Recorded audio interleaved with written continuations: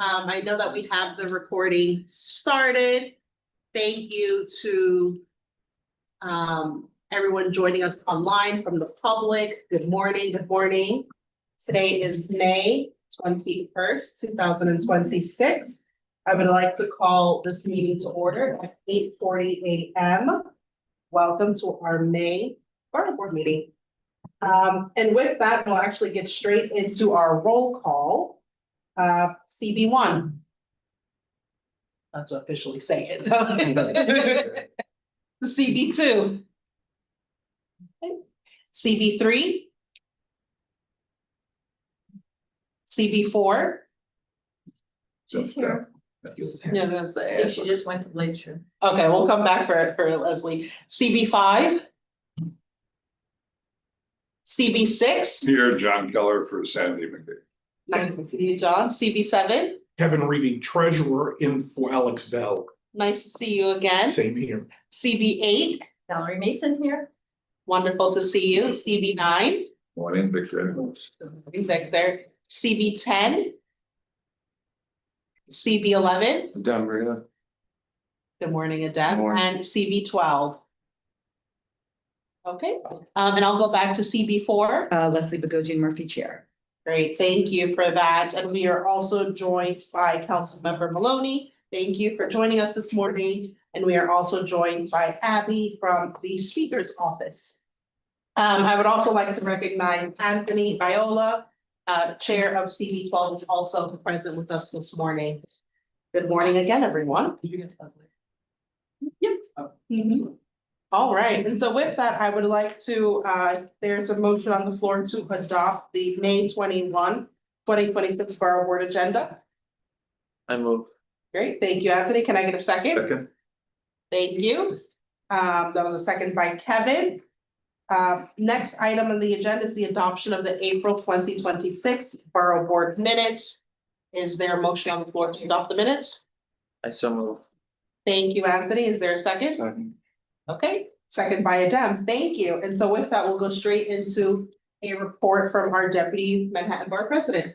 Morning, everybody. Unfortunately, Brad cannot be with us this morning, so I'm happy to give our Manhattan Borough President Office report for everyone. Hope everyone's enjoying slightly cooler weather, if not a little rainy this morning. First and foremost, we want to acknowledge, there was a terrible fire in Inwood at 207 Dykeman. We have been working very closely with CB12. We've been working really closely with the council member's office. It's been all hands on deck up there. Our North Manhattan office was designated as a donation site. We received a good number of suitcases, clothes. They've actually become a little overrun with items. People are still very much in motion. We lost 4 lives. Four. It's 4 at this point. Sorry, tragically about that. One of the mothers there, fortunately she didn't pass away. So we're still really dedicated to working with 207 Dykeman. If anybody's interested in a few weeks, I think they're going to start calling for more furniture donations once people are able to get back into that building. So we'll keep talking about that. We're really grateful to the FDNY, the first responders who helped save many lives there. As these recovery efforts continue, we're also in full support of the investigation that's taking place up there right now to understand exactly what happened. And so we'll keep people updated on that. But a big shout out to CB12. Their district office has stepped up huge, this huge donation site. So thank you very much. Borough President recently convened Manhattan City Council delegation to discuss shared priorities and district specific concerns. Thank you so much, council member, who helped run that meeting and really brought us all together. It was a really productive conversation. So looking forward to continuing to do those. We're really pleased to announce that our North Manhattan office, as you know, 125th and Amsterdam, right across from Grand Houses. We're going to open an immigration welcome center there. It's really a resource center. It's still our North Manhattan office. We're still taking cases and walk-in that's there, but we also are dedicating it as an immigration welcome center. It's going to have specific resources that are both helpful to allies and anybody who's going through an immigration crisis at the time. we're building some partnerships out with some key community-based organizations and working really closely with our other elected official colleagues from the federal level to city level. So we'll be letting you know when that official ribbon cutting is happening. But I do want to just stress again that it's still our North Manhattan office for constituents to come in and have all of their questions answered, whether it's immigration based or not.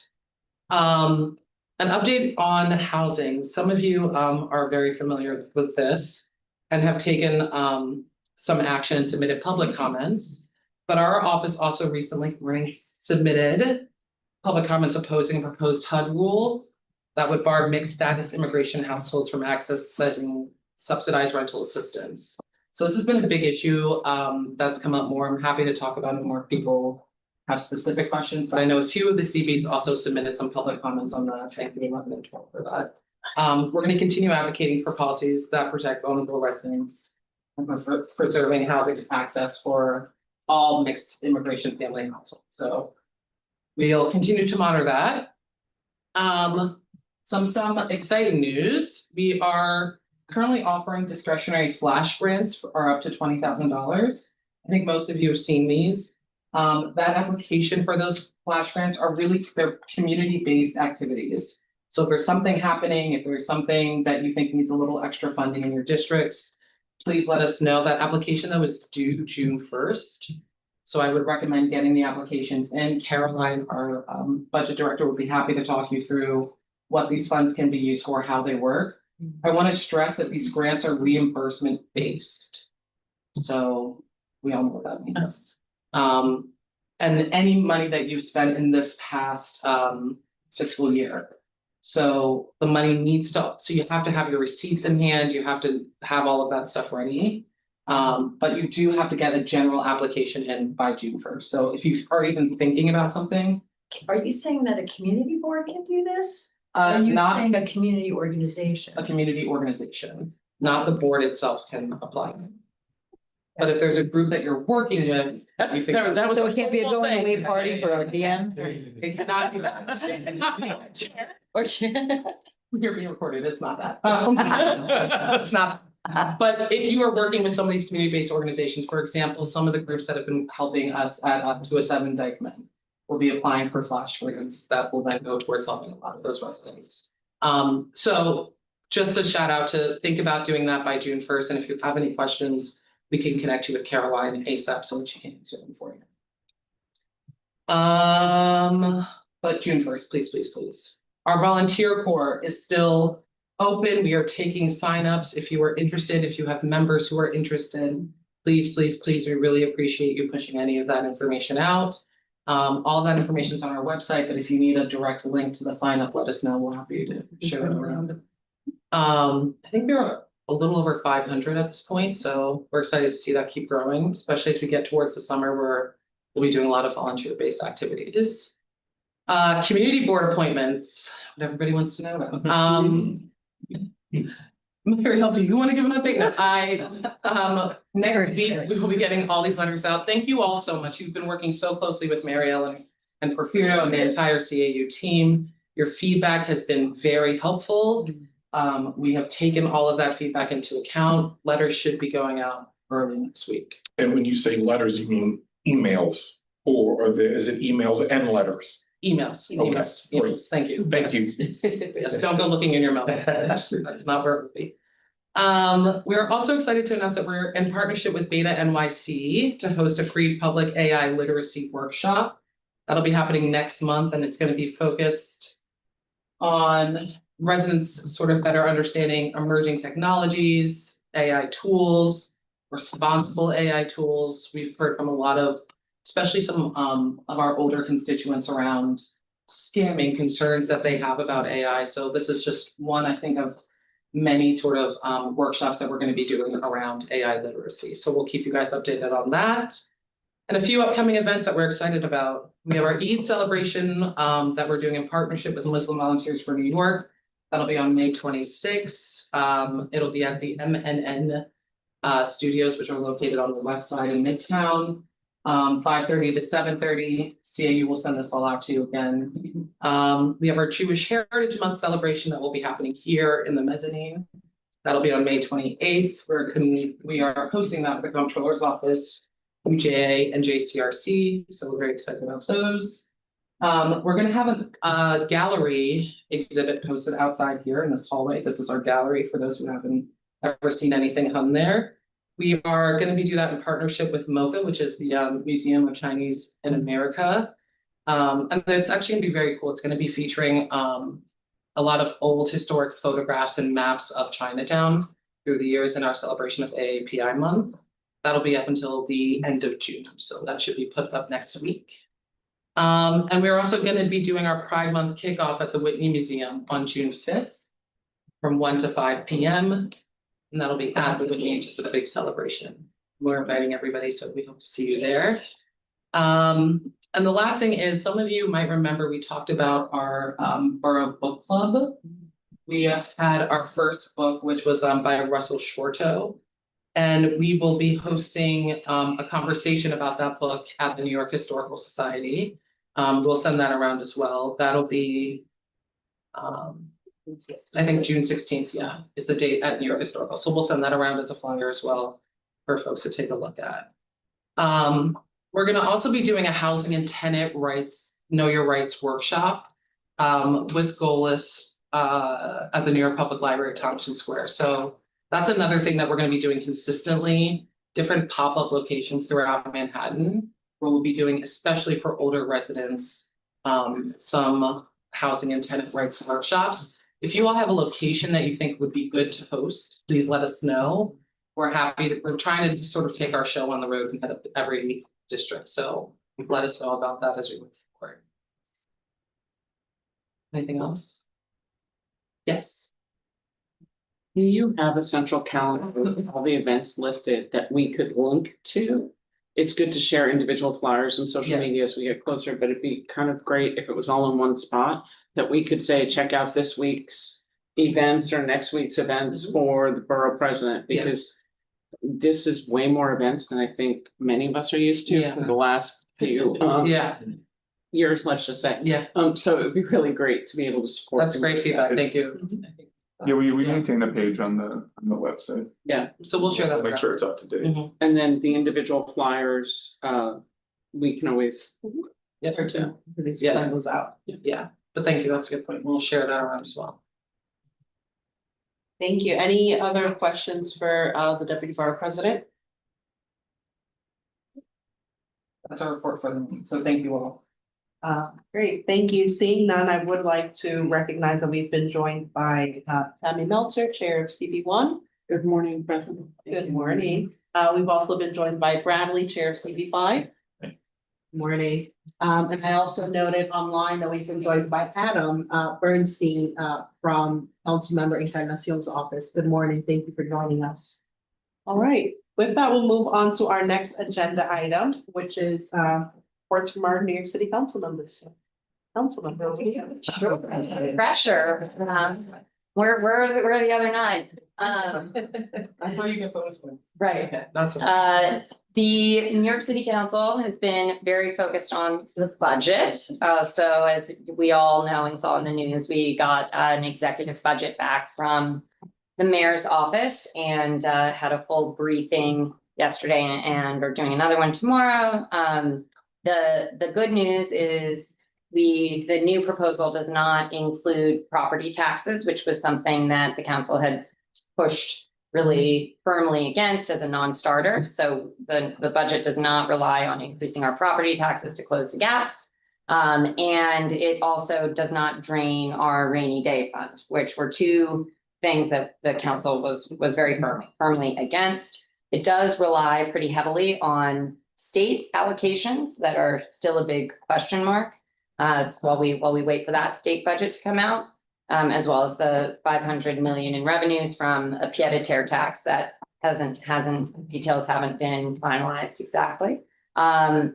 We are beginning our budget hearings starting next week to go agency by agency to dig into the proposal.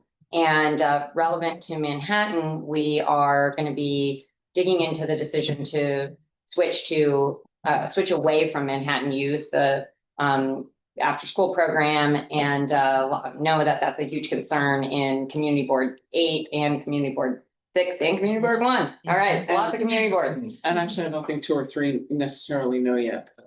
Yeah, so that's definitely on our radar, and we have a meeting with the commissioner, as well as a letter prepared and plan to use the platform of oversight in the hearing. I think it's June, beginning of June, but we certainly have that on our radar. Beyond that, we're continuing to pass legislation. My office is focused on supporting small businesses and introduce legislation around that, street safety, and yeah, any other topics I should cover? Any questions? Yeah. As part of the mayor's package, he did also propose a death tax, so to speak, in terms of lowering the safe harbor for estates. So from 7 million to 700,000, which would impact a lot of transfer, you might say, of generational wealth, especially amongst middle class families. Is that still on the table? I don't think Okay. that would move Okay. forward, yeah. And then also to follow on that, I think the mayor was talking about additional taxes, income taxes on people who make over $1 million a year. Are those numbers incorporated into the budget? The main increase in revenue is from this pied-à-terre tax, where you need alignment at the state level to pass a tax, and that is the one that Governor Hochul has said she would support, with the revenue goal of 500 million. So there, as far as I know, those are the Tax only, over $1 million, that's off the table. as far as I know, yes. Hi, John Keller, First Vice Chair, CB6, sitting in for Sandy. First of all, I want to shout out to Councilmember Maloney for attending most of our meetings in person, and we're very grateful of that. And I was going to include this in my report, but you raised it, and that's the Manhattan. We have received over 200 emails, which we never don't have, on the Manhattan youth. Do you have any? And I reached out to people I know at the DOE and CEC.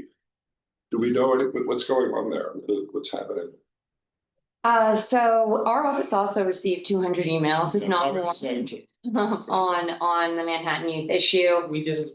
Yeah, Every office. so us as well want to speak more to it. I can say what we're planning on doing in the council, which it's on the a few council members, including Councilmember Epstein, Councilmember Althea Stevens, and Speaker Menon's office are banding together to illustrate that this is a really disruptive change for New York City families and Manhattan families who are used to Manhattan Youth Program and then are suddenly being switched to another provider where they don't have familiarity, their kids don't have familiarity. We know that Manhattan Youth still has contracts, so it's not clear why certain schools wouldn't move forward with Manhattan Youth and other schools are allowed to. So we're pushing on that, and then our plan is a meeting with the commissioner, the hearings, which are public record, and a chance to push in our oversight capacity, and then continue to put pressure on that decision. Thank you. So the answer is that no one seems to really know why they're doing this at this point. And you guys are trying to look out and find out why. I have hypotheses, but I don't have facts. Thank you.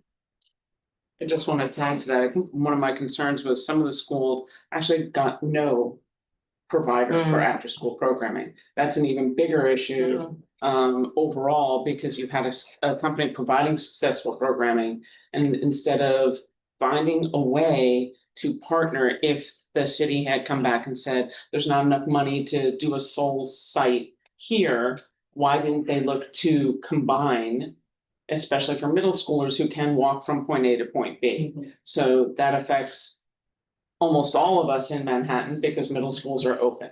Yeah, I would like to support that because one of the anecdotal pieces of information we've received is that Borough, MS 104, which is a very large middle school, doesn't have a program. Now that's anecdotal. I don't know that for a fact, but I think we're all concern. waiting to see what happens with those.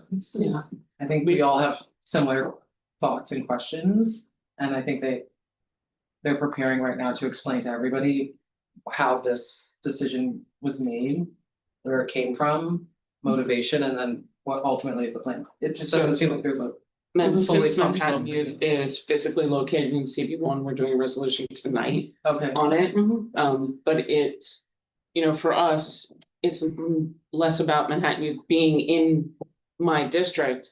It affects every single student who Yeah. goes to middle school, period. It's like a flat across the board effect Yes, that is chilling. I think everybody needs an explanation, which is what we're all pushing for at this point.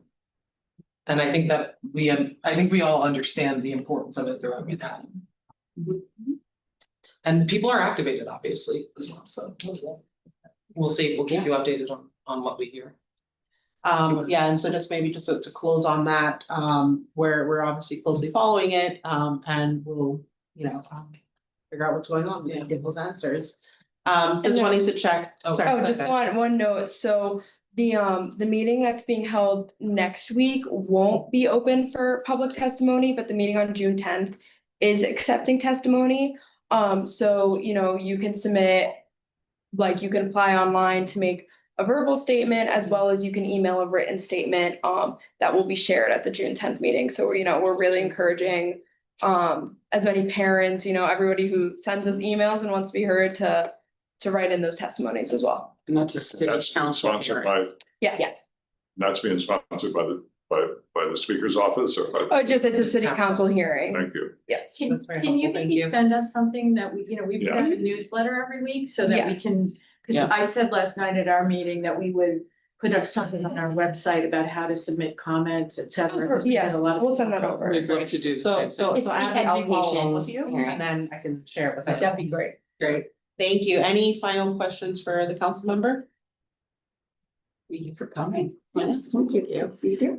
Wonderful, We'll say thank you. also, our breakfast has arrived, so please help yourself if you have. Yes, to. please, Thank you. sorry for not sure why I was tardy, but please feel free to grab a bite. And with that, we'll move on to our next point on the agenda. So we are joined today by Stephen from the Fund for the City of New York. Thank you for joining us. Who will just present a little bit more about the Community Planning Fellowship. I know some of your boards have used Community Planning Fellows in the past. For others, it's a newer kind of notion. And so over to you. Thank you, Stephen. Good morning. Thank you, everyone, thank you for having us here. I'm just gonna go over the community planning fellows real quick. It's a second year master program students, in which we try to place them in community boards. And sometimes we place them at the Borough President's office or at a nonprofit to do city planning assistance, provide a capacity to be able to answer those community needs assessments that are coming in September. I know, I just want to thank Community Board 1, Community Board 3, Community Board 5, 6, 7, and 9 for hosting our previous cohort. I know they were very happy and thankful for everyone's support. I just want to go over just some dates to have in mind. We just opened the application for the students and it will be closing on next Friday, May 29. In June, we'll be starting interviews. And by August, we are projecting to have an informational meeting for the community boards. August is when you guys come back, so it'll be great timing. So I'll have that all available and I'll share it with everybody's board. We are hoping to start placing students around September, last weeks of September. And that goes on all the way until April. All right, so it's an academic year program. Each student gets a stipend of 2,500 for the first semester and 2,500 for the second semester. That'll be 5,000 total. We've had students for Columbia University, Borough College, Pratt Institute, and others. We have and just look out in your inboxes, we'll be sharing more information as well.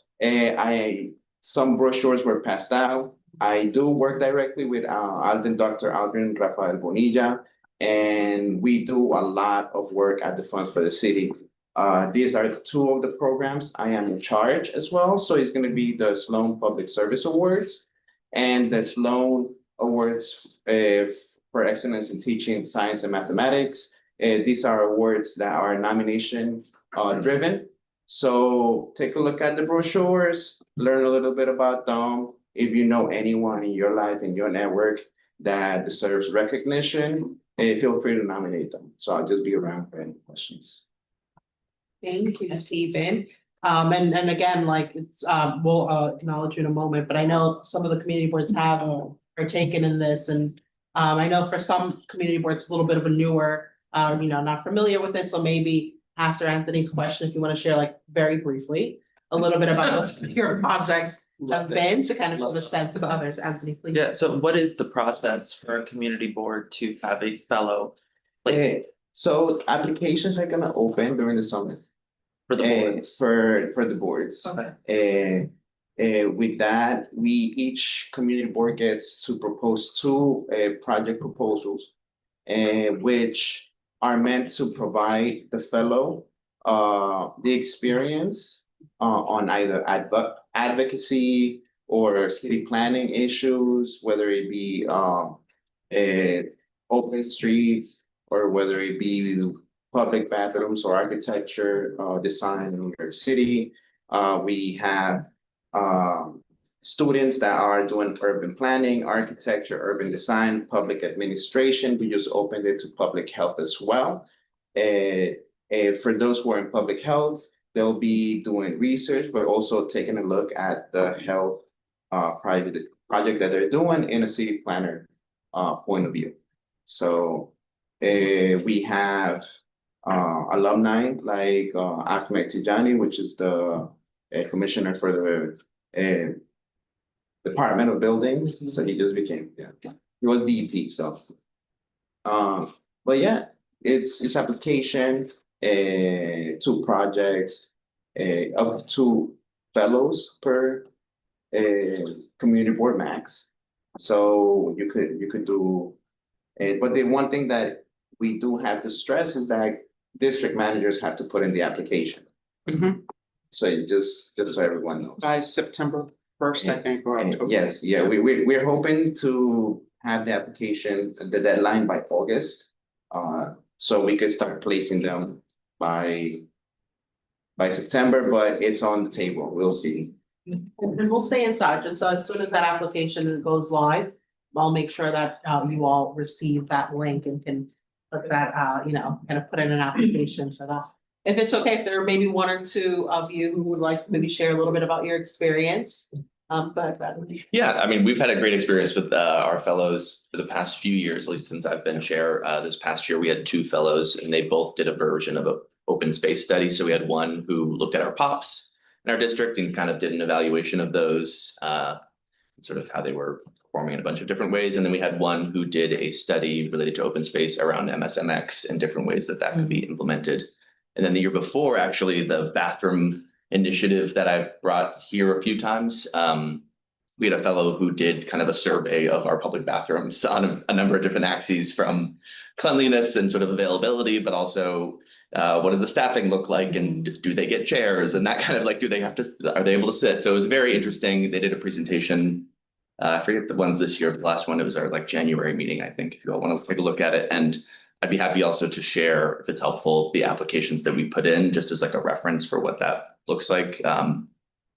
So we've been very pleased, I guess, that's what I'll say. Thank you. We'd love to see any pops stuff on Board 5, because they're popping up a lot in the last 2 weeks, I think, with the weather and everything. So we have a few complaints already pending.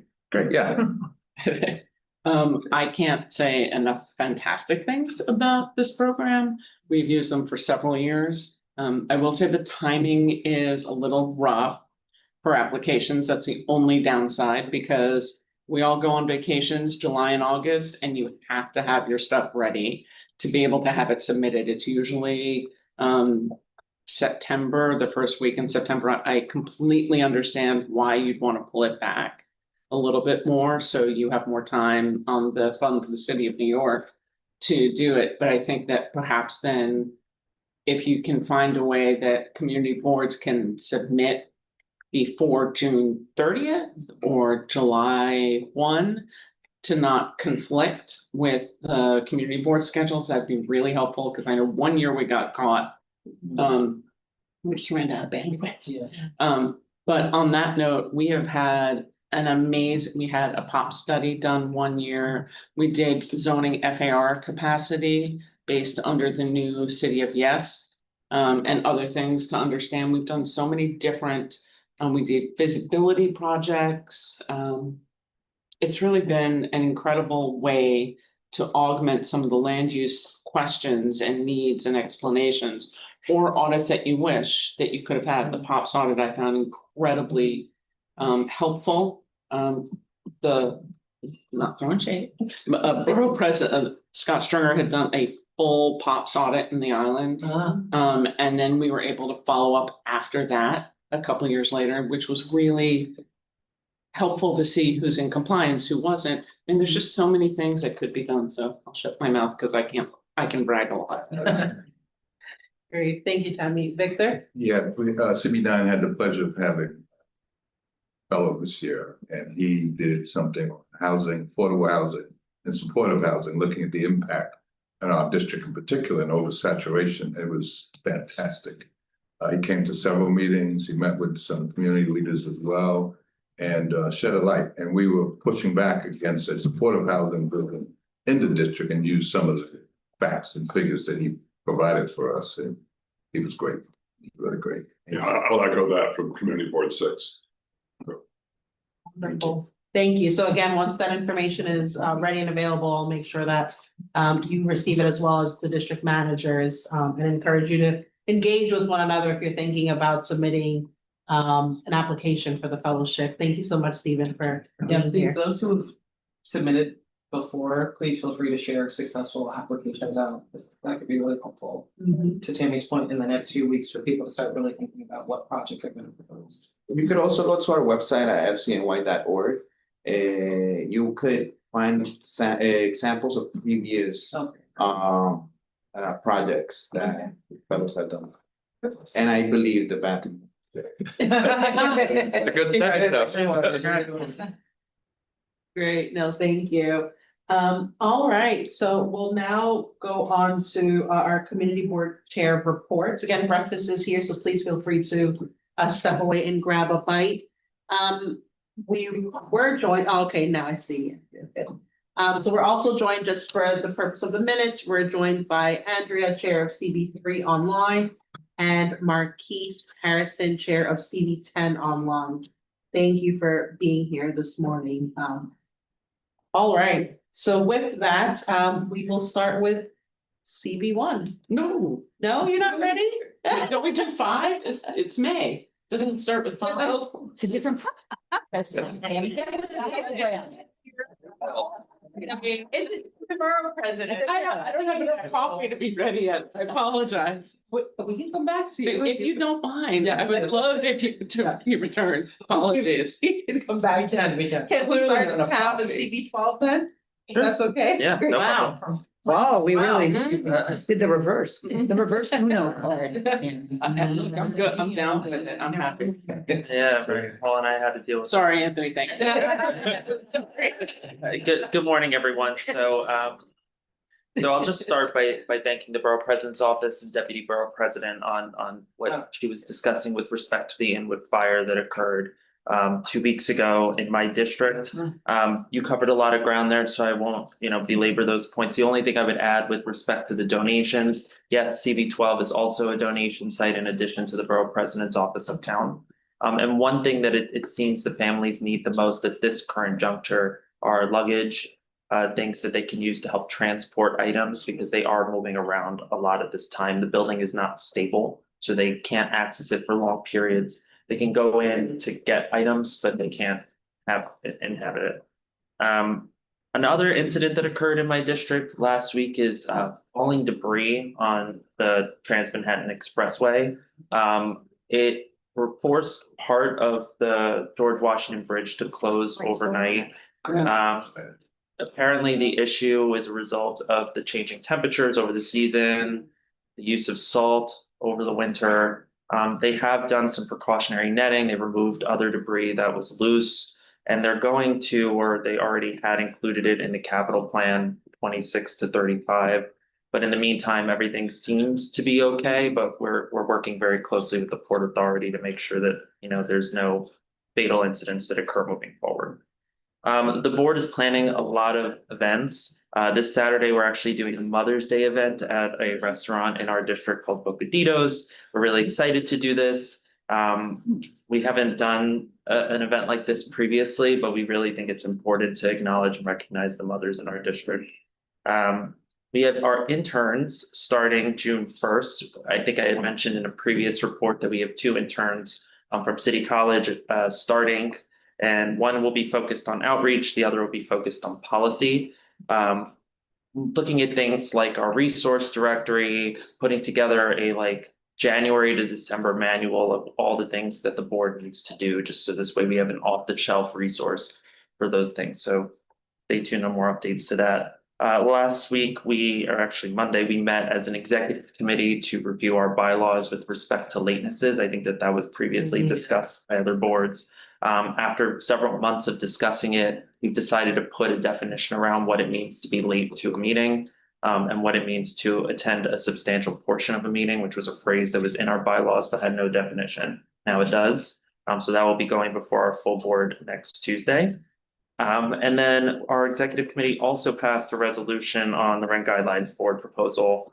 We're proposing to the full board that CB12 should call for a rent freeze, so stay tuned on that. I imagine that will pass with no problem, but that is where we're heading.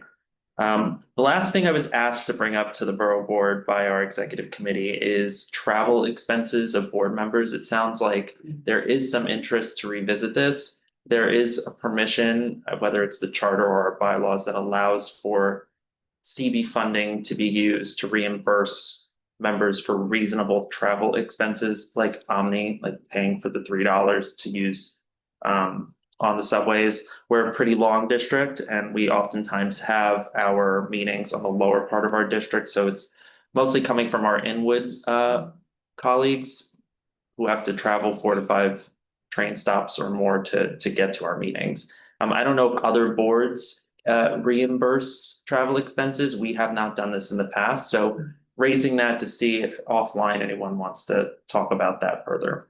And that concludes my report. Thank you. Thank you, Thank you. Anthony. All right, moving to CB11. Oh, sorry. Would you mind, Anthony, sharing your we have the same terms for late and substantial. Would you mind sharing what your language was? What we defined. Yeah. So for the general meeting, substantial portion means attending a majority of the meeting, which must include the public session and the roll call. For committee meetings, it's 80% of the meeting. So that's what we've defined a substantial portion of the meeting to be. And lateness is across the board, showing up 15 minutes or after the call time for the meeting. So if the meeting is supposed to start at 6:30, regardless of if we don't get informed till 6:45, if you show up at 6:46, you're late. So 15 minutes after the call time for that meeting. That's what we've defined it as. We did a bunch of surveys through our executive committee. We talked to other groups, and that's where we landed. That's what we're proposing. I mean, the board may say no. So we still have to put these bylaws before our full board, but the executive committee supported it pretty unanimously. Awesome, thank you. Thank I think it would be helpful, I mean, one of the things I know we talked about previously at past borough boards was us as an entire borough having similar definitions, and so if folks want to share those things out with us, and then we can sort of put it together and let everybody know what everybody's doing in one document, I think that might be helpful. To do that, and we just redid our bylaws a year ago, and part of it was a comprehensive survey of every other board to try and figure out on a number of different axes, how other boards handled it so that we could update ours accordingly, so I could try and find that if that's That would helpful. be super. So we, just as an update on that, we have already started doing a lot of that work. So we have been in touch with all of your district managers. They've provided the most recent bylaws. Our team is collating all that information and pulling out those bits within your bylaws that refer to attendance and lateness. And we have a meeting almost done scheduling in early June with the district managers to have a conversation about it. And so once that conversation happens, then we'll come to you all with kind of what comes out of that discussion. So yeah, very much, But I think if people are thinking about changing it. yeah, let us know. Okay, that's Exactly. We literally updated our bylaws a month ago. Okay. We had done a major overhaul, little bits of open meeting law over the year, but we just changed, I think, end of March, we voted on an interim period. So it's a training period for whenever the new people come in, looking at term limits, there aren't a lot of institutional knowledge, making sure that when you do the handoff from one chair to the other, it's not, see ya. Yeah. So we have a 2-month layover. Right. Oh, interesting. But the other thing is, I would just note that on many boards, DMs are not the experts on the bylaws. So that They just shared the bylaws. yeah, the chairs tend to be the ones who get called on them. Is that a question? Thank you. Adem, sorry, do you have a point, Bradley? No, sorry. Okay. Adem, CV11, please. I got a lot, so that's why I tried to not talk during the other. So bylaws, we had a bylaw committee, I disbanded it, I was the chair of it, and it was not effective, so we moved that to executive. We voted executive for 3 bylaws, which will be voted on next month. We got rid of excused absences, people didn't realize that that would still count as an absence. The month, 6 months, it said any 6 months your attendance, people interpret that as you could go to any point. They made it the last 6 months. Our problem's been enforcing them with the late arrivals and the early departures. We have been enforcing that. I sent a bunch of emails, people are confused, read their emails, they're getting marked absent. This Monday, me, my vice chair, district manager, and another board member met with Nancy Cantor, the president of Hunter College, and her team. It's a great meeting. They want to work on a lot with us. They have a presence at Silberman, which might be a venue for you guys to use when you have events. Yep. They've already emailed us because I mentioned the social media task force. They're looking to assign an intern to actually work with that.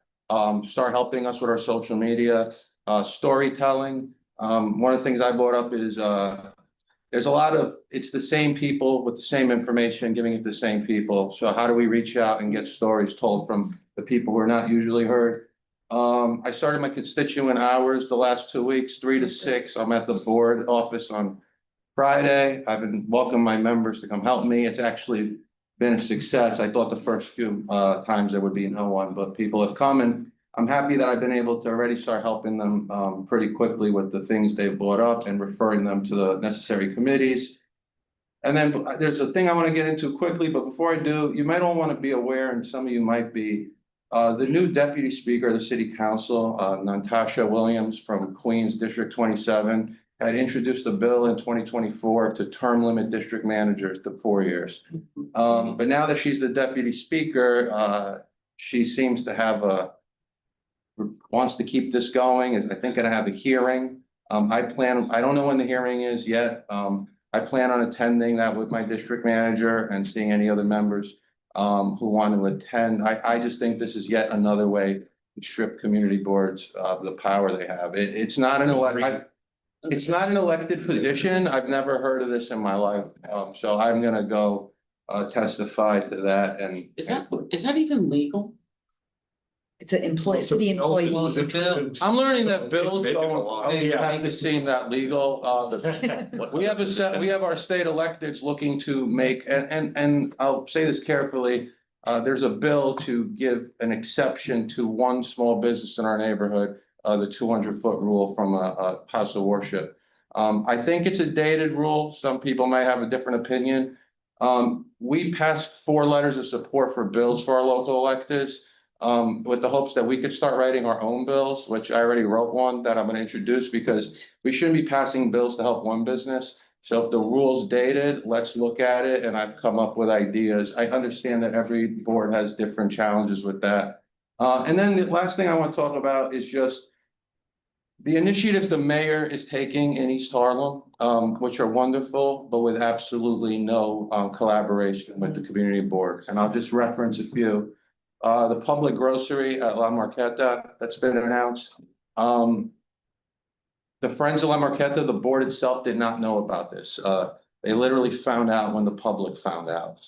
Thankfully, a lot of the input has not been shaped yet, so I sent a letter to the mayor's office and EDC. And I got EDC coming to our executive meeting next week to discuss this. My concerns were a few. One, the groceries at the discounted prices will be the same for any New Yorker regardless of their income. I said that makes no sense. We have food programs that do go by income. It's a core basket of groceries that's discounted. That's been undefined. My concern there is if everything else is going to be priced competitively, it's going to hurt our small businesses. People are going to go in to get those discounted products and then just buy the other things at that store instead of going to mom and pop shops that sell it. There's a NYCHA housing forum at Johnson Houses on June 17th. Again, I found out from a member of the board who's a NYCHA employee, no mention. I believe Johnson Houses themselves wasn't really aware of it. Emerald Equities, 800 apartments for foreclosure on June 10th. Mayor's looking to find someone to take over those. Again, did not talk to the community board about it. There are other things. They're working with organizations that on things, and these organizations report to us. So I'm wondering why they are getting, these contacts and ability to do this.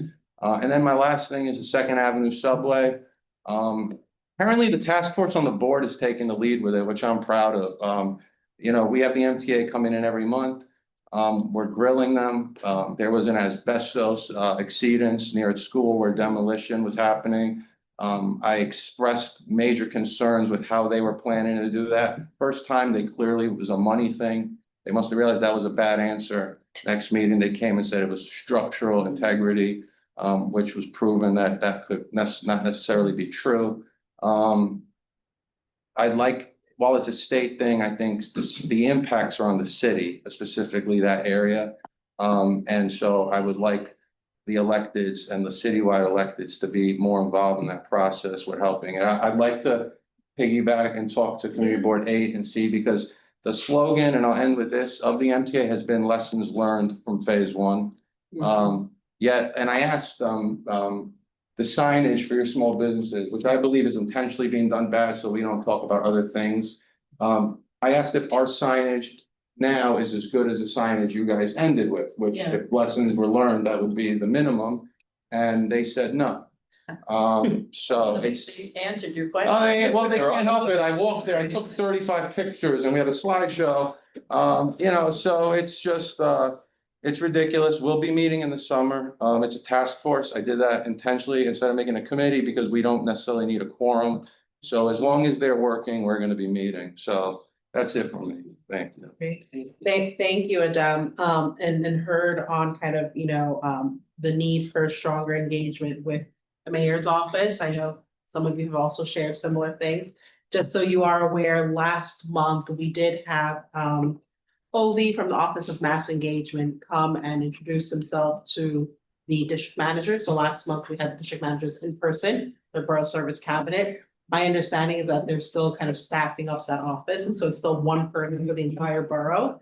But I will make sure that, that message is heard.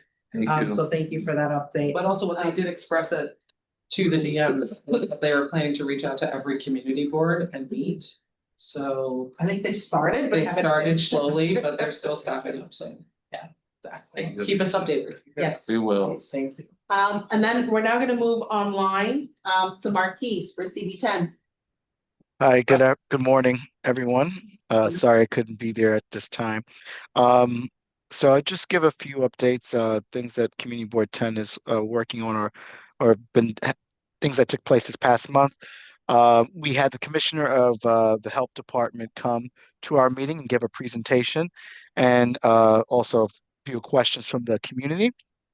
Commissioner Dr. Alistair Martin.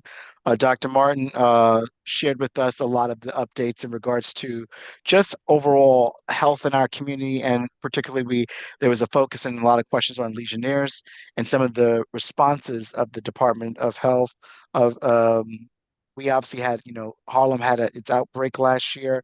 There's just been a lot of concerns about community health in engagement and keeping the community abreast to things. Dr. Martin has a new vision. He expressed some of that.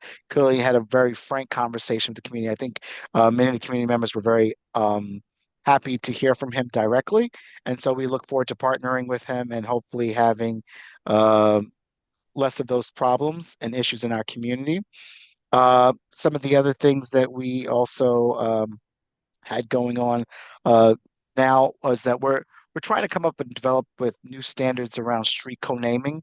We have a lot of requests in Harlem around street co-namings. And I don't know if that's in every district is the same, but I would love to hear perhaps what are some of the standards that different committees, different boards have for their committees in street co-naming, as we want to sharpen our standards so that we don't have an oversaturation of this, as well as just the requests are constant. And so we want to be consistent in how we evaluate them. And it's time that we update our standards now and share that with the public. So that's another thing we're also working on. We're also trying to situate ourselves now at as we know, the World Cup is coming. So there apparently SLA has these licenses where it's that businesses can apply for immediate passes where they can sell alcohol on the streets. And so it's all the businesses have to do is give us it's just notice. However, then it's up to us to follow through and kind of like let them know if there's any problems with institutions. So there are a few businesses that we were concerned about, like during the playoffs right now, are selling alcohol in the streets, which they don't have permission to do. And so we've kind of created a fast action response in regards to, so that if these requests come in, we have to respond because they have about 15 days that they have to give notice. SLA can approve it immediately, almost in some sense. And so we want to weigh in on some of those issues. Some of the things we are planning a small business expo in the month of June, where we can highlight small businesses, and that will be on the plaza of the Adam Clayton Powell State Office Building. We will have some interns coming as well for this summer. I am preparing for at the end of June, since I've become chair, we've had a board celebration at the end where we kind of highlight community businesses as well as board members and their contributions. I plan to, this year we're losing several committee chairs, and I say losing because they have not reapplied. And so I plan to honor board members' work at the end of June. We are hoping to do that at the new National Urban League location. If we're working on that now. We are also some of the things we have had conversation about in our community is just weighing in on things and just being more advocating more. So some of the things we've had discussion about, we're appalled in Harlem about the Supreme Court's decision about the Voting Rights Act.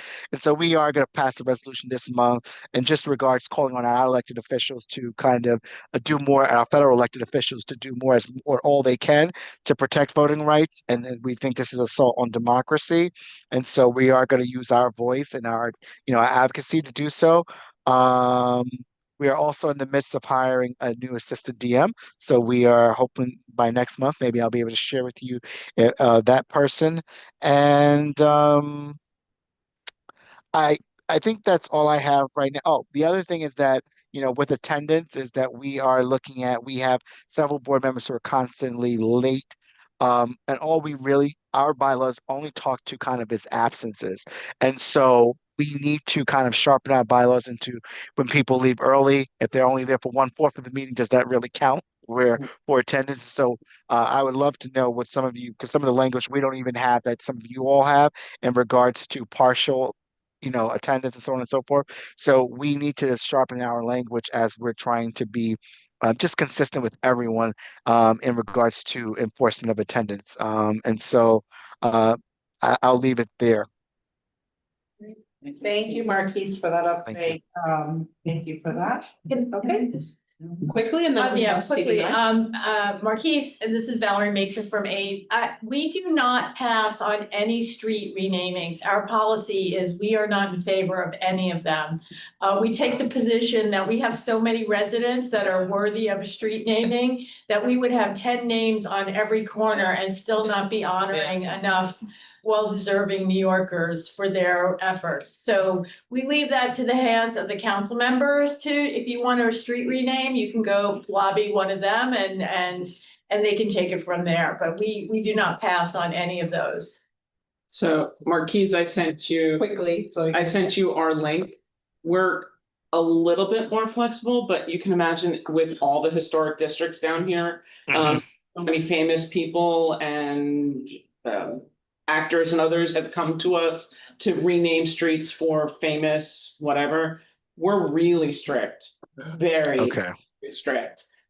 Because we would not like to lose any of our historic names. We don't want to add 10 signs. It's already confusing to get around in Lower Manhattan without that for many people. So I sent you the link to take a look because we tend to be fairly. Thank you. That would probably be very helpful. Thank you. Great, thank you, Marquise, and thank you, Valerie and Tommy for that. Victor, CB9, please. Yes, good morning all. Legionnaire's disease, we still have an issue in districts, so we were glad to see city council and state pass laws governing that. As of May 8th, buildings have to be inspected every 31 days and the fines have increased. We're hoping that that will really help. We have a building 3333 right now that has over 1,000 units and they're still dealing with, they did testing 2 weeks ago and they still have Legionella in 7 of the apartments they tested. Originally it was maybe 20 apartments, so it has decreased. And they are doing quite a bit. They correspond with me weekly to see what they exactly are doing. So I'm hoping that will definitely help, but enforcement. If you're doing self-inspections, it's what's the goal? So enforcement, higher fines, I think will help. And more frequent inspections, I think will really help. So we're looking at that. Their fancy UV light system is working a little bit. Yes, it is. So we're hoping that will really help. Yeah. Elevators. We have 2 subway stations that are getting elevators, one at 137th Street. The uptown has already been installed, it's working. The downtown elevator is expected in August. And on May 8th, Janet Lieber came out himself, combined with Columbia, who's donating 33 million to put an elevator at 125th Street, #1 line, which is one of the tallest in the city. So we're very happy about that. That he came out to initiate that as well. He got a lot of questions, a lot of feedback on that. So we're very happy there. We had a senior resource fair on May 8th as well. Had a lot of providers that came out, elected officials as well, talked about housing, medical benefits, immigration, and had a great turnout for that. I'm very happy with that. We passed several letters of support. One of the most important was surrounding HDFCs and co-ops in Harlem in particular. The 421A abatement was around that as well. And housing is such a big issue. Supportive housing is an issue, but housing for our growing population in the district remains #1, being priced out. I mean, every building that goes up, studios start at 3,000 to 3,500. People just can't afford that. We often get questions from younger people returning from college or in the area and say, where can I live? And we don't have an answer at this point because it's not affordable. They do roommates often, 2 and 3 roommates, and even then it's not affordable. We're pressing with Columbia. We've had some ground there. We received 4 apartments 2 months ago that they gave back and another 4 coming up. The rents are 800 or less, and they did a lottery for those to go to people in the community. So they have a ton of apartments that are rent stabilized, rent controlled. So we're really trying to work with them. They have a new president coming in July. I met with her about 4 months ago. So I'm looking at a really great working relationship there. I spoke at their rally 3 weeks ago to open the gates back up. That transient transverse there is vital. Even the businesses on one side said they don't get the foot traffic anymore. And the hospital's on one side. If you get off the train on Broadway, you have to walk 2 blocks down, 1 over and 2 block up to get to the hospital. And a lot of seniors use that. So we're hoping that that will help. I was invited to speak at a grad class as well about the relationship between Columbia and the community. So they got an earful of what's going on. And for 4 years, I monitored the community benefits agreement between Columbia and West Harlem. So I was pretty up on what's going on. Some good stuff, scholarships and that. And they were really fascinated about what was going on. And a lot said they're going to attend meetings. And it was a social work grad class. So they said, yeah, we'll come to the meeting. It's great.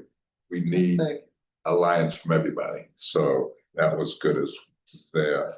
And I will leave it there. Thank you, Victor. Thank you, CB9. Valerie, CB8. Hi, everybody. We had our full board meeting last night.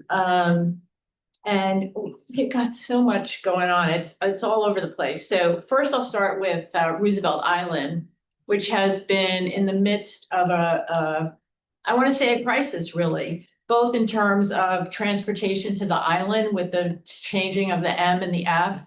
It's just not working. And no matter how hard we lobby, et cetera, it's sort of falling on deaf ears. And really the subway is the only way onto that island. The tram has become a sightseeing thing. And, you know, you get on there and people are getting on with pizza, you know, taking photos, and people who need to get back to their homes can't get on. So that continues to be an issue.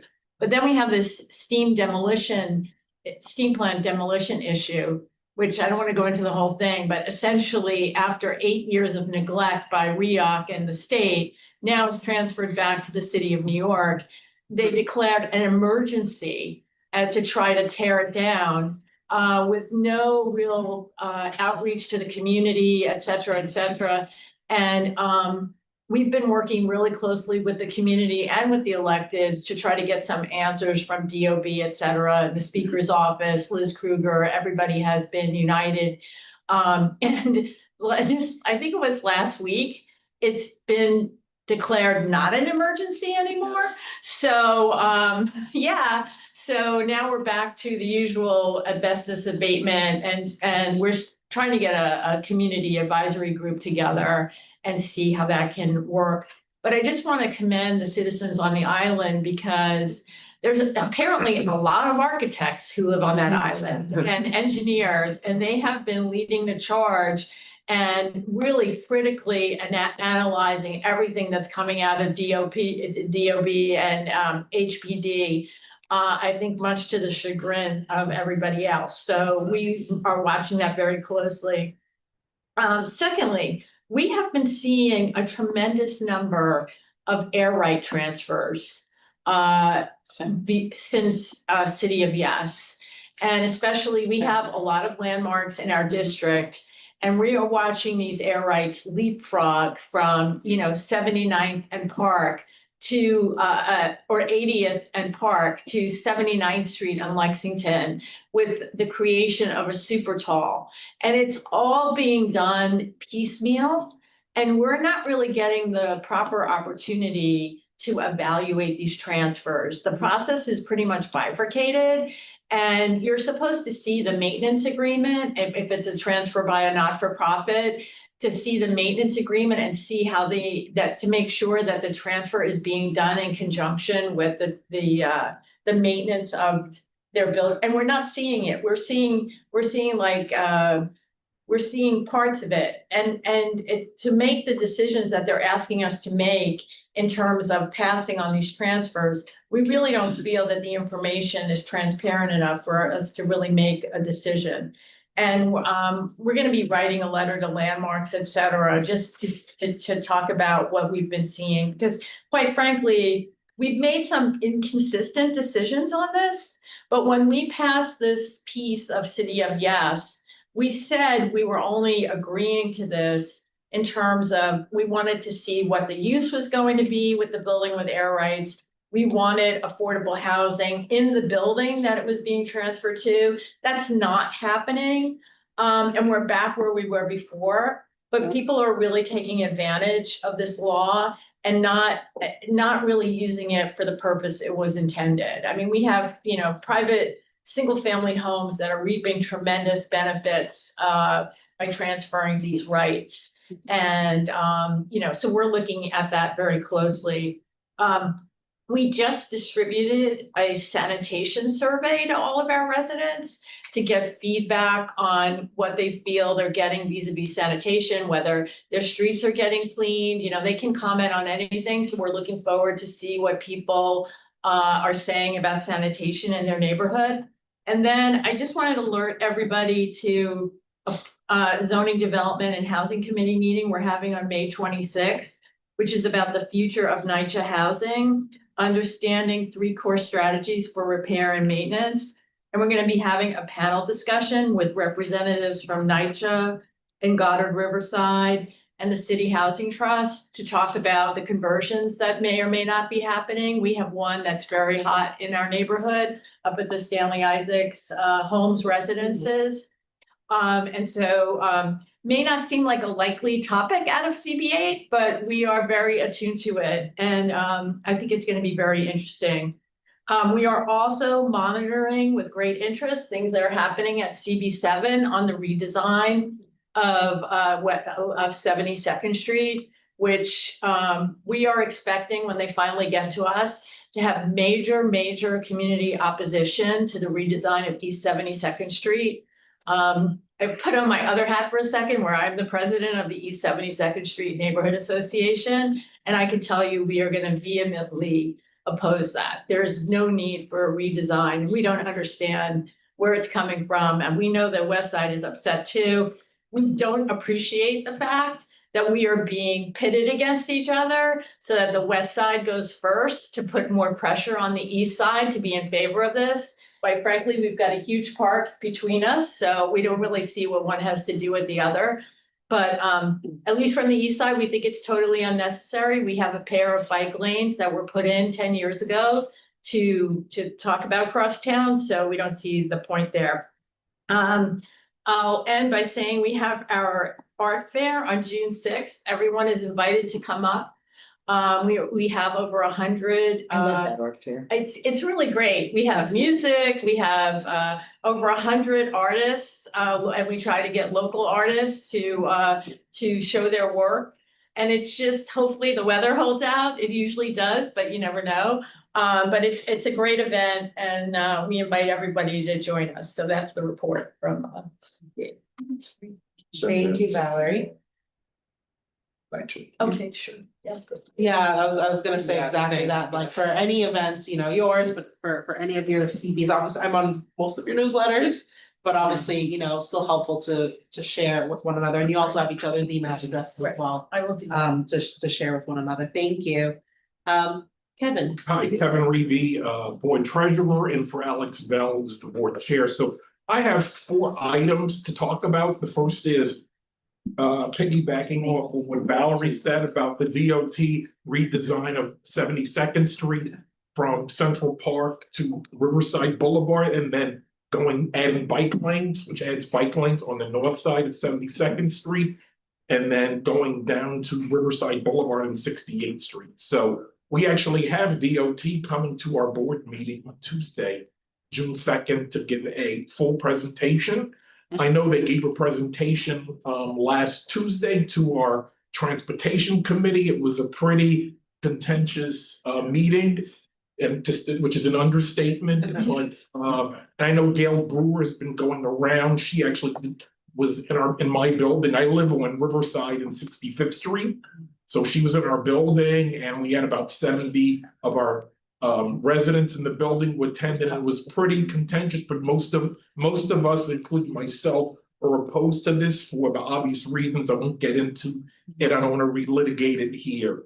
So that's the first item. Second item, I wanted to talk about the issue that Adem brought up relating to Bill 1065, which would limit the term of district managers to 4 years with possible reappointment. And also, it would give the Manhattan Borough President's office the full authority to remove district managers. And with all due respect, you know, we as community boards know the work that district managers do on a daily basis. I mean, the district manager serves the board. The board's job is to make the lives better of the people that live and work in the community. And who knows better of what the district manager's role and value add is but the community board. We do, of course. Yeah, and so we discussed this at our meeting the other night, our steering committee meeting, which is made up of our executive board and our committee chairs, and overwhelmingly, we felt that it was for lack of a better term undemocratic. So with all due respect.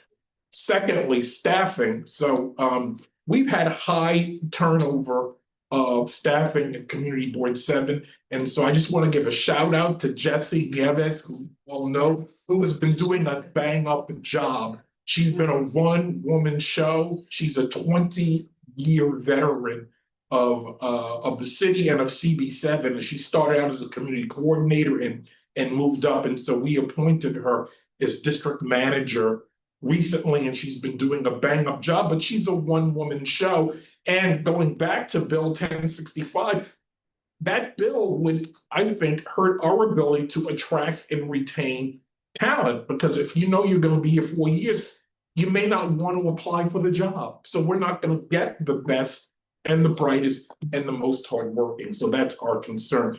But we do have an offer out to a community coordinator. It's a woman that is known in the community. She works for, I don't want to give out her name because I don't know if she's talking to her employer, but she's very well known. And however, OMB has been radio silent as far as giving us a start date. So it'd be great if maybe you can kind of push OMB so we can get the ball rolling, so that poor Jessie can get some additional hands to help her out. That would be so greatly appreciated.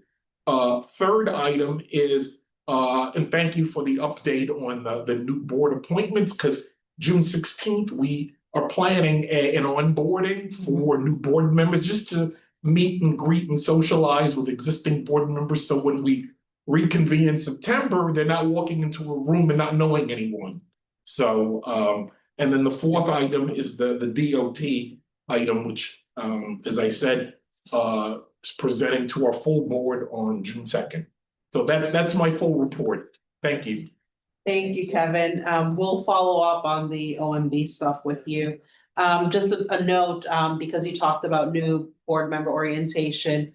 Once the letters go out, we will also be, you know, every year we also have a new member orientation. That will happen at the beginning of June. More information soon for all of the new appointed members. So that will also be coming from us. But we also encourage each of your boards as well to do something, you know, it's specific to your boards. Go ahead, Adam, and then. I forget, how many hours do you guys expect a month from members?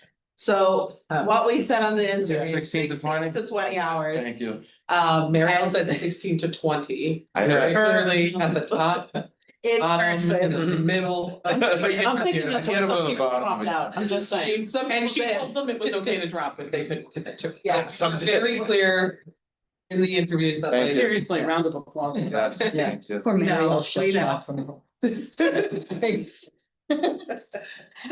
So don't let anybody tell you that they didn't know. Right. No, right. no, no. The responsibility of Yeah, it. exactly. And then- John, CB6. Yeah, Thanks first for of all, stepping in. my second month in a row sitting in for Sandy. This is a great group, and I know it values brevity. So let me start with first. You got the last meeting. We were here. So I would, Councilmember Maloney took the issue that I was going to primarily raise, so there's no need to go on that, other than that it's really important. Schools close at 3. A lot of parents depend on that 3 to 6 for taking care of the kids. We've been up to a number of things. We were very concerned about, there was an issue on Fifth Avenue and 52nd Street, which is a little outside of our zone, where someone fell through a manhole cover. Yeah. And we discussed that at exec last night, and our transportation committee is going to take that under its wing. And also, apparently on 311, you can actually find manhole cover complaints by your zip code. So that it's worth looking at, and there are like 600,000 of them. And some of them are controlled by Con Ed and some of them are controlled by the city, so it's a big issue. We're very concerned about now that I've heard about it, the idea of term limiting district managers is on the verge of absurd. So we need to really be aware of that. And so several things I've heard here today fall under something I raised at the last meeting, and that Borough President Hoylman-Sigal referenced at one of our board meetings. And that is, it would be really useful if we had someone from under the prior administration, there was someone who regularly attended our meetings virtually as a community board from the mayor's office. Us too. And we're all familiar with politics in the city. That took some courage at times. And, so we would really urge having someone from the mayor's office there, because like 3 or 4 issues that have come up here are things that board members would love to directly raise. I know that we have other channels to the mayor, but it's useful. We're very interested, grateful for the new members. We're very concerned that with term limits, so much gets lost. So we're doing chair handbooks and committee handbooks for every committee, and we have our own internal orientation program in addition to the great work that the Borough President's Office does.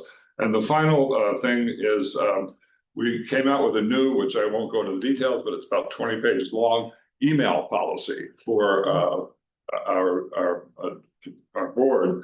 And there are a lot of complexities to it in terms of archiving and other issues. So I'll share it once it's finalized. I won't go into the details. But the one thing that did come up would be, if it were possible to have a formal city address for board members. Now, at Gale's day, there was talk of the board staff, the borough president's staff doing it, but that just seems to be an unrealistic burden with how many community boards you have. I mean, it would be ridiculous, plus times 50, and you've got 700 or 800 people. But apparently, according to our district manager, informally, for around $5,000 a year, we could have a email address that would help with archiving and make people's lives a lot easier. So we just want to generally put that on the table as a concern. And the archiving, the rules are complex on archiving this stuff. I'll stop there. Okay. Thank you, John. About it, and we can get back to, what the limitations are there. No, I know it's not easy. It's like, why? It's really not. None of this stuff is easy. And one of the things, just to kind of, on your point around archiving, and I know you were also talking about term limits, and I know obviously, again, that's very much top of mind for all of you, is around how can we support community boards with that? So I know some community boards use Airtable a lot as a way to kind of, archive minutes and resolutions and things of that nature. So still thinking about ways to do that. There was also a previous discussion around a possible repository, that can be done. So a lot of discussions are happening. And so once those things start to solidify, we'll share more on that. And we have a great webpage on our board. And now we're looking into just putting a little AI overlay on it so that you can search the thing. And that's how in 2 minutes last night, we found all the manhole cover complaints for the last 3 years by zip code in our district. Great. Thank you for that, John. Bradley, CB5. All right, it was an exciting month for us, as it sounds like it was for many of you. So we had a few things come up at our board, which was last Thursday. One that we spent a decent amount of time on was a new development from Extel at 871 7th Avenue. It's a very large building that they're putting in there, 71 stories, mixed use. And there was a lot of discussion, and the reason it was coming to us is because they were seeking 2 waivers. One was for daylight and bulk regulations, and the other one was because they were doing a transit improvement nearby, which got them the additional, I think, 17 stories to the building. So a lot of discussion to that. Ultimately, the committee leading into the board passed a deny unless, and the board passed a deny unless, but there was a lot of discussion about sort of how we take in community feedback and represent our district and who are we representing and sort of a lot of that, which I will come back to at the member survey, because I'd like to hear how other boards are kind of maybe in a philosophical manner considering that. We are continuing the park survey that I brought up, I think last meeting. So surveying users and residents and visitors to all of our parks, trying to get a better handle on sort of how they feel about park activity and conditions and any other issues. So far, we have over 700 responses, which is great. And we're aiming for 1,000 by the end of the summer. And I do want to thank Gutman College because they have been helping us sending people into parks with clipboards to take the survey and QR codes, but clipboards. I want to raise an issue in our district that's been going for a few years, but it seems like it's coming kind of to a head at this point, which is the Main Chance Shelter. We passed a resolution 2 years ago about that, which is the Main Chance Shelter is a drop-in homeless shelter. There are no other shelters in CB5, and actually the Main Chance is in CB6, but it's directly adjacent to us. And so we are very concerned about that. We issued a resolution 2 years ago about that when it sounded like it might be closing. And now it seems like it will be closing or DHS will terminate its contract, which will result in it closing. So we're continuing to monitor that, but not pleased. Penn Station, you may have all heard, that's another fun thing in our district. So that Palomar and ASTM, it seems, are the selected bidder. We still do not have the RFP, has not been made public, so we don't know what criteria was used or what came in. And we actually have not seen the proposed design. Well, we have not seen the final design. This bidder was the one who's been on it for the longest, so we have a sense of what they're considering, and we see renderings, but no actual design of what's included because Vornado is part of it. So this could include a rezoning of the surrounding area that Vornado controls, and it might be kind of a backdoor way of rezoning some of that neighborhood through this project. So we're keeping our eye on that, as well as keeping an eye on the trying to move forward the public realm aspect of it, because it is explicitly not part of the proposal, but obviously will be impacted by the renovation of a brand new Penn Station. So something I think we're going to reach out to some of our fellow boards on to try and get support there. And then I'll end on the member survey that I brought up last cycle that we were conducting. We did it. We got about 50% of our members who responded to it, and we got some very valuable feedback. And one of the things that came up was members feeling like they were having trouble representing the needs of the district. And that's what's kind of the philosophical of like, is there very opinion and presence representing the district, or is there ways that we can solicit feedback and gather data outside of just kind of our normal committee meetings and that sort of thing? And so I'd be interested to hear maybe offline how some other boards handle that, because I think with some of our issues, the disagreements are over sort of who are we representing and how do we know that we're getting a representative voice? That's all I have. It's a good philosophical question. Thank you. Yes to both. Yeah. Thank you. And then if I can on the Main Chance, and I think maybe this is where you may be coming in, maybe I'll turn it over to you actually, if you want to. Yeah, I just wanted to say that we're getting contacted by a lot of major actors in Midtown, including the Grand Central Partnership. Yep. This drop-in facility has been operating for 30 years. I've been walking by it on the way to and from Second Avenue Deli for decades. It's got a good reputation, as best we can tell. The city's reasoning for closing this down or not renewing the contract as of June 30th, so this is pressing. Yeah. Is really not clear at all. There's also no set of alternative being offered to homeless populations in Midtown, which I can, assure you anecdotally, we just moved into the Gray Bar building, that census count is not down at all. With the closure of the Bellevue Men's Intake on 30th Street, this seems particularly inopportune timing, to put it charitably. In that said, just as it is not quite in Board 5, it is not quite in Virginia Maloney's district. It's in the second council district, and it is barely inside Board 6.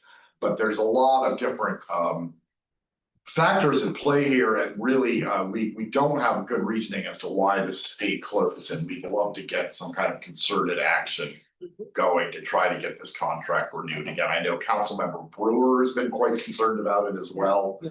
And so, none of the elected officials that we've talked to, Senator Gonzalez or the Assembly member, Key Powers, all of them have had good things to say about this facility. So we don't understand where this is coming from, and we're feeling kind of a little desperate at this point to try to get some feedback from the city on why this is happening and what the alternatives would be. Correct, thank you, and I know that we're in touch on this as well, so we'll be following up on that, so thank you for raising that. CB4. Hello, everyone. Before I get to our 3 points, I want to thank Adem for bringing up the district manager possible bill or that's coming. I cannot speak officially for CB4 because we haven't talked about it, but I will bring it up at exec. And I can only imagine the response. So if anyone here is interested in doing a joint letter or like a, combined letter, we'll talk about it at our exec, and I can see that moving forward with you. So thank you. Of course, because I was unaware. Okay, so the first things, and you guys are gonna, wow, we're talking about NYCHA here at CB4 again in the Bolton Elliott Chelsea redevelopment.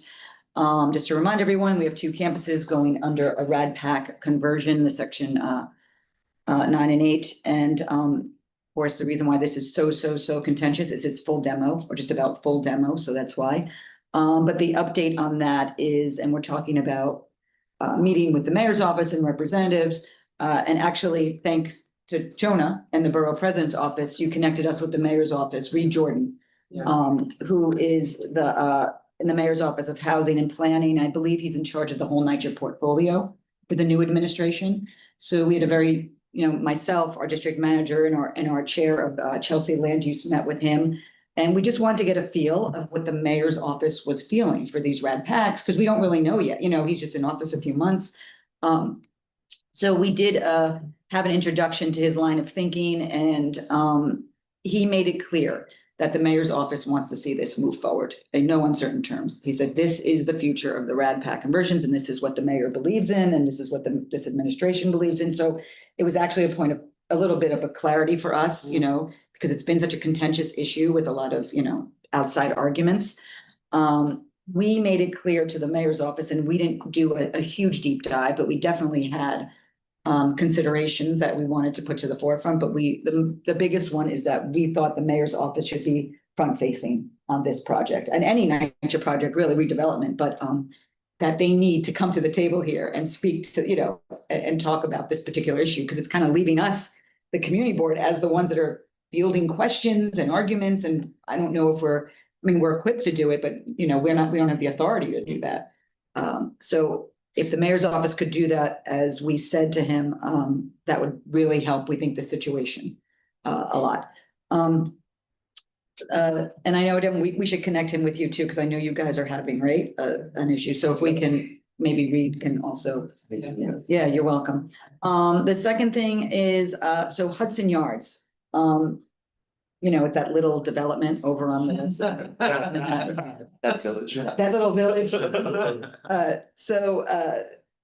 The building of Hudson Yards is under a 2019 agreement, and it's different phases. So we're now kind of waiting on the last phase, which is building this huge concrete platform over the rail yards, and then they develop on top of it, right?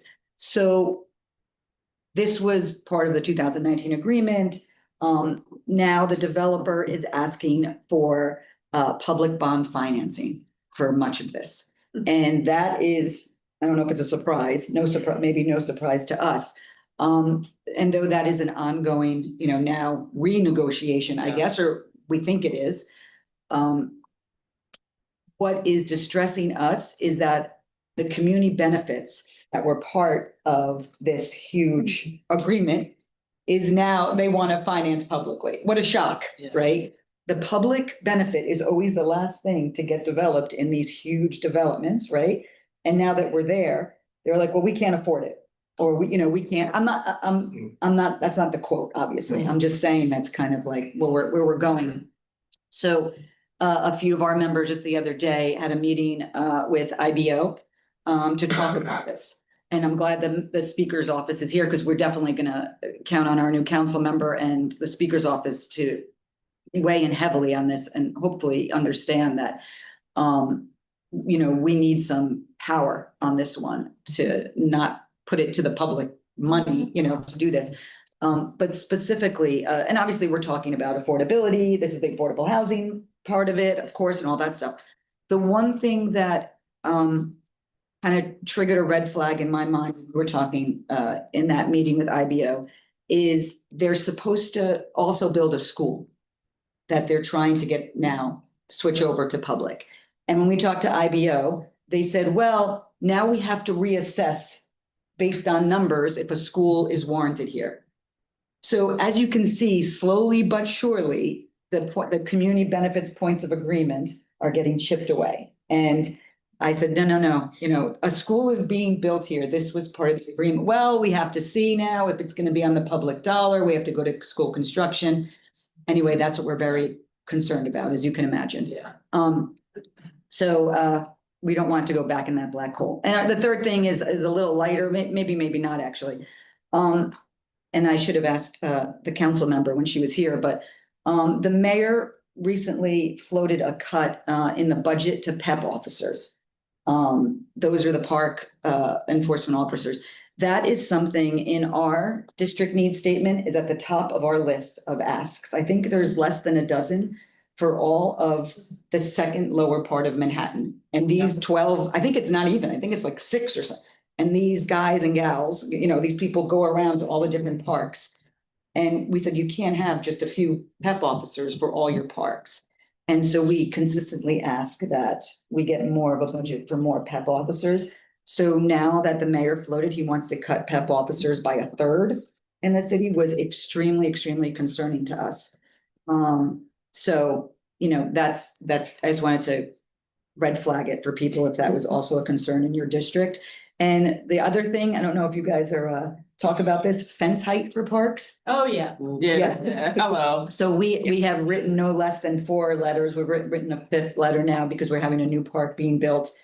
This was under Commissioner Silver way back when. He changed that the fence height for parks be much lower, like, 3 feet or very, very low. Parks without borders. Yeah, I guess. Yeah. So, and I know we've had problems with overnight, then, activity and, of course, there have been conflicts with parents and, it's just created some problems. So since then, but since Silver left, though, there really has been no strong comment whether Parks wants a higher fence or a lower fence. They just kind of are going with the flow of what has been. So we have said that we want a minimum of 7 feet and have written numerous letters. And I hope the new Parks Commissioner, we have talked to the Parks Commissioner about the new commissioner about this. So I don't know if anyone has an issue with that, but we are kind of on that charge as well. Thank you, Leslie. You're welcome. Valerie, Thank and you. then we'll go on to Just CB3. quickly, in our reapproval of Rupert Park, they came back to us and said they were gonna lower the height of the fences, and we said, absolutely, we're only approving we're only reapproving subject to the fence height being the same, because we had the same issues. Yeah. And not only that, just safety concerns of balls going out of the Exactly. park into the traffic, et cetera. So we thought it was a safety concern, even the other way around. I know, and if I can just marry 2 things, I know you're, the PEP officers and the fence height. So parks staff can't do anything when people are in the park. Like, we don't want park staff themselves to, engage in some of this illicit activity, right? So it's funny that they're want to cut PEP officers, lower fence height, it's just a little bit of a recipe. Yeah. Right. Great. Thank you. Moving on to CB3, Andrea. Okay, there you go. Hi. How are you? Hi, how are you all? Good to see everyone. Sorry I can't make it there today, but I'll keep my report short. We had a lean calendar of meetings this month. We had a street co-naming discussion in honor of Brownie Morales, very significant community leader in the Lower East Side. Started reviewing our district needs in our health committee. And we share a lot of the same concerns that a number of you all have brought up regarding the introduction to term limits for district managers.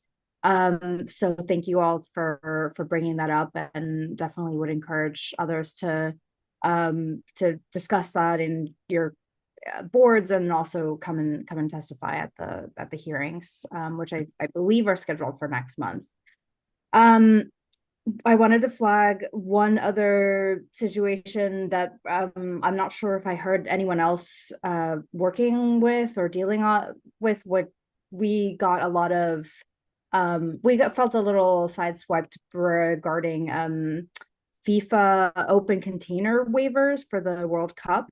So we've been engaged in a lot of discussions around that process involving open alcohol consumption. We've been given a lot of lack of information and insufficient notice and like not a lot of coordinated planning. So it's been quite frustrating for our office and our SLA committee to handle these issues. We've been in the interim having no real position or information. Our number of them were denying because they just were not given sufficient notice to give an answer to some of these applicants. So I don't know if other folks have been dealing with this too, but like always feel free to reach out. I'm happy to discuss. And then the last part was regarding our equity report, which I shared previously. We're developing a comprehensive equity report that examines inequality across all 32 census tracts. That's being done in partnership with the CUNY Institute for State and Local Government.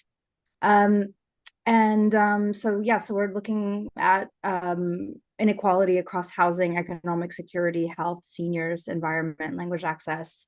We'll be at the end publishing an interactive digital data story in a PDF. So I'll be sure to share that with you all late next month.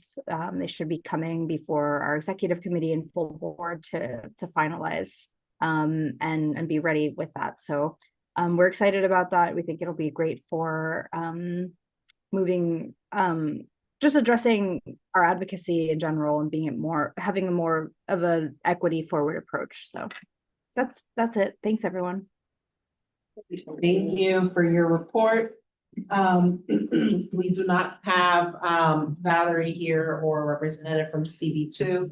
So last but not least, Tammy. I will speak as quick as I can. We welcomed a brand new land use, part-time land use urban planner named Martine Johansson this month. She's going to run tech for our land use and environmental protection meetings, do the research and work on resolutions, which is perfectly timed. We've been working with George James and finalizing with our stabilized and affordable housing working group. The final report will come in June. But for example, Community Board 1 had 536 units added within the last 5 years. So we do not qualify for any programs that are coming out. However, the city does not track or count the loss of affordable housing. And we've had close to double that number of lost affordable housing in the same time period. So, it looks great. Hey, we added 536. Oh, but whoops, we've lost about 1,200. So we're not seeing any additional kind of really full throttle thought process. We're in the same situation that CB8 is in. We've seen a lot of luxury and market housing being added to anything with air rights and landmark transfers. So that has not changed at all. We just had 3 that are going through that were approved, even though we objected holistically on the lack and zero affordable housing. We have Pier 15 that is EDC is changing the birthing manager. And that doesn't sound like a big thing, but the prior RFP had a lot of options in it that actually worked with community benefits. This one does not, it's just being molded. We requested a community benefit fund like CB6 and CB4 have, meaning Brooklyn and Manhattan. We want $1 per passenger fee because it is a pier that has parkland on it that is, Parks has no budget, right? So we want to fund the revenues to be restricted, beautification, maintenance, public programming for the open space, the Maritime Pavilion, to prevent what has happened because there was nothing. Yeah. And EDC says, well, the money goes into an MOU with the city that's supposed to come back into the zone. We know that doesn't happen. This is how we got to the position that we're in now. There is no holistic vision on the waterfront from 36 to the battery. There is no money that is made there that returns. If there was, then parks would not have one person and no water. Right? The water system got cut off. Yeah. I mean, it's just, so we're really looking for this mayor and our borough president to really work with us to do an urban planning view, not just a real estate development view of one little slice, but to look at the whole thing with us. We have a plan, community board supported, we really want it. For example, we understand that the city is focusing on FIFA really heavily. We want to sail 250. There's limited numbers of berthing throughout the city that can handle tall ships. And we were hoping that Pier 15 would be an international destination from sail 250. Not a primarily branded FIFA, which is my understanding of what it will be. That's not, I mean, it doesn't seem to connect for us. It's a pier. I'll just leave that what it is. All right, we had concerns that were raised about year-round roadway sidewalk cafes under the DOT dining program. And Abby, I'm looking straight at you on this. None of these proposals at all, including enclosing the sidewalk stuff that have come through, have any recognition of the fact that there are DOB rules that are not being followed, and there are bathroom considerations. If you're adding seating to a restaurant, you have to make sure they have the proper number of bathrooms. It is a major concern, especially in places that have a lot of small insides. So they only have one bathroom and then they add 100 seats outside. So it's not being fixed, it's not being looked at, it's not being accounted for. And so we came out against all the year rounds because it doesn't deal with it. It's not looking at, and public bathrooms is one of the #1 issues in New York City. So we passed a bill last night on packaging reduction and recycling infrastructure, which is a state bill. It passed in committee, it meets the full board next week. We are doing a new training for full board members in June, waiting for the new appointees to come, and it is about to better educate people how to work together, how to get to a consensus, how to recognize differences and find the kernels where we can meet to move something forward. So I welcome, if you'd like, I invited them to come. We have, I don't know if everybody saw, there's a concession agreement that came out, the public meeting for public feedback is June 8th. We're very always interested in that because we're looking for the activations around the historic areas here and maybe getting a bathroom, but it looks like we're getting more concessionaires, but not bathrooms. Because there's no public restrooms anywhere in the City Hall region, neither at One Center or City Hall or any of the local buildings.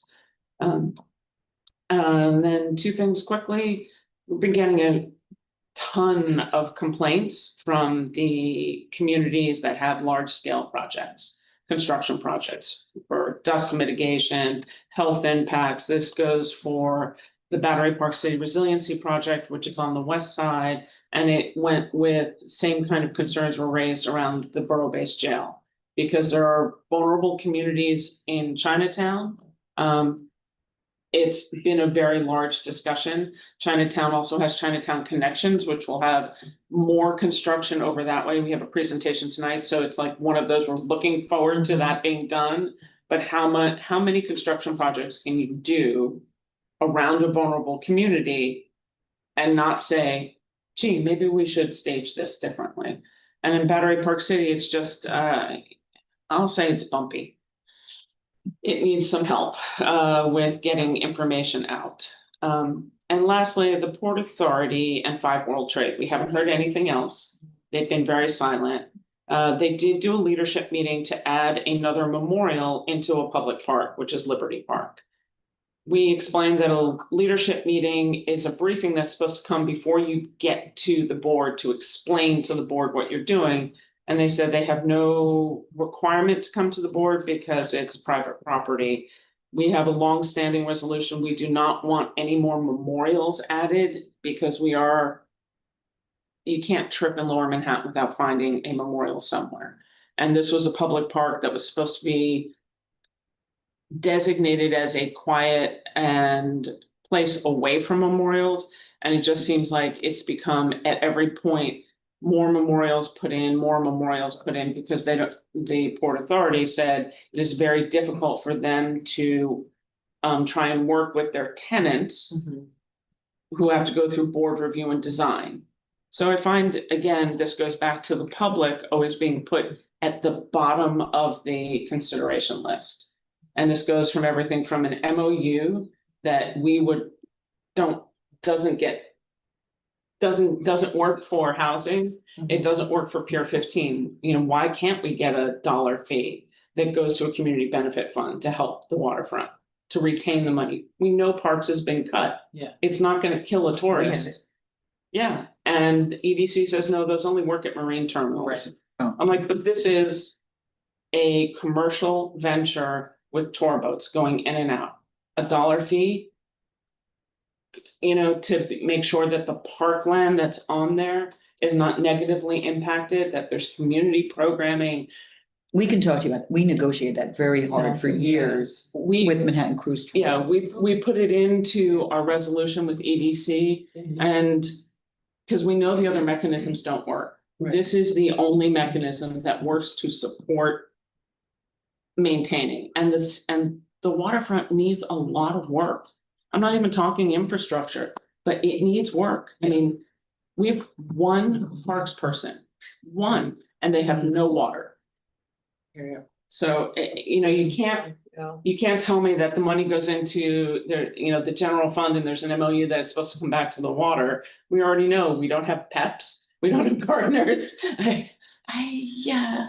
I hear you. We hear you, Thank you, Tammy. Tammy, and So thank let's you see. for. And with that, I close my report. And I- Love the help. No, but I hear you. Thank you, Tammy. Seeing that we've completed all of our reports, can I get a motion to adjourn our meeting? So moved.